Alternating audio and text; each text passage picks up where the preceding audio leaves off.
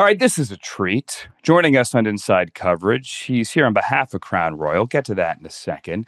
He is a member of the Pro Football Hall of Fame. He's got a gold jacket. He's a former colleague. We worked together for a hot minute Yes. at NFL Network. DeMarcus Ware, how the heck are you?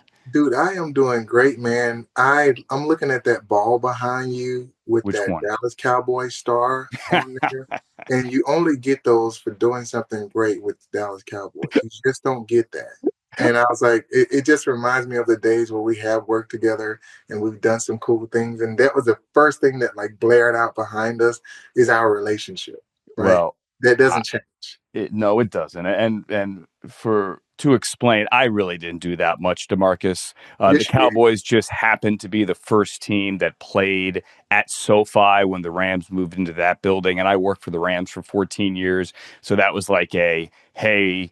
Like, thank you for everything you did with the Rams as we open up a new building. I just showed up for work every day. But that's Showed all up you for have to work, do. like That's happy all to you work have to with do is guys like you. show up. That's all you got to do is show up. That's it. Well, you're a good man, and I'm happy Yes, that sir. you showed up for this. I'm going to ask you something or ask you a topic. No one's asked you about Micah Parsons, right? I'll be the No, first. not at all. Not at All right, so let's go there. You left Dallas after a long, successful career there, and you went to Denver 2 years later. You won a Super Bowl. Micah Parsons left Dallas after 4 really good years there and went to Green Bay. Is Micah Parsons, DeMarcus, going to win a Super Bowl in the next 2 years for the Packers? the way that they look right now. If they're gelling and playing in the latter part of the season like they're playing right now, they have a good chance of winning the Super Bowl. I hate I I really don't want that to come out of my mouth.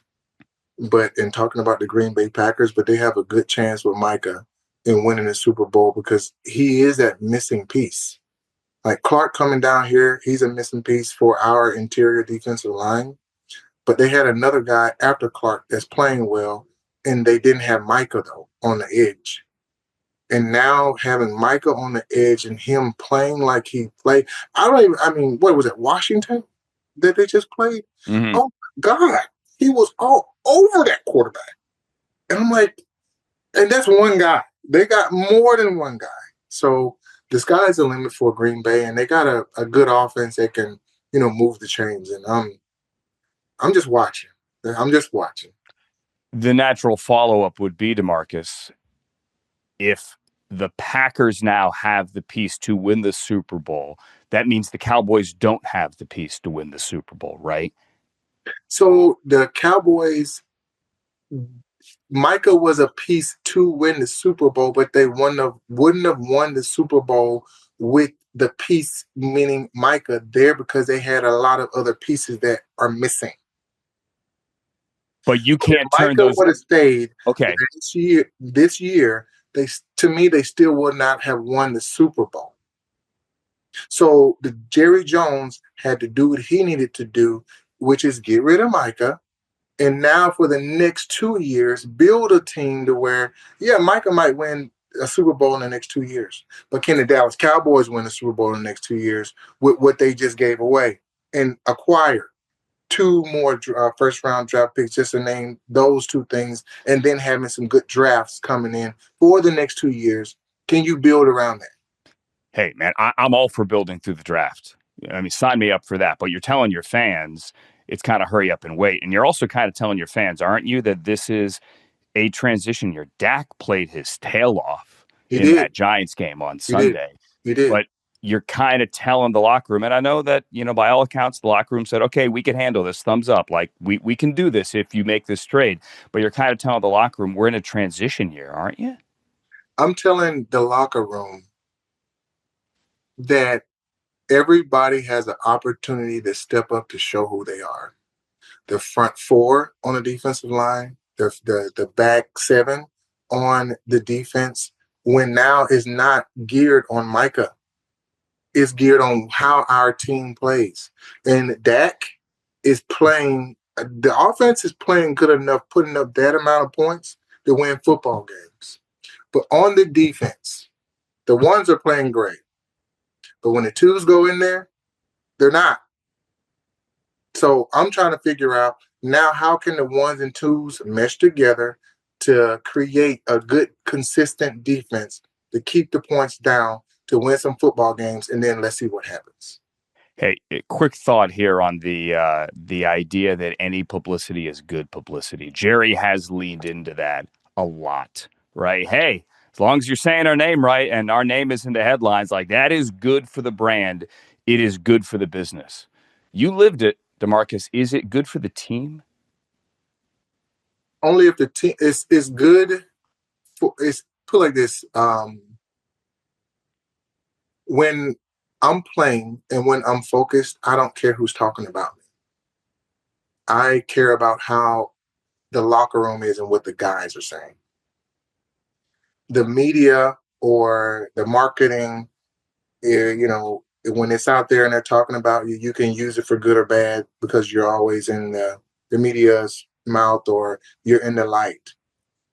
But in the locker room, who's the light? Who are we talking about? And that's where I think the question you're getting at to it is, it really, I mean, they're going to talk about the Dallas Cowboys. That's going to be every game. If they win the game, they're making the Super Bowl. If they lose the game, they're not going to make the Super Bowl ever since 1996. But who is the captain now? Where's the light at? Where are the leaders coming in at?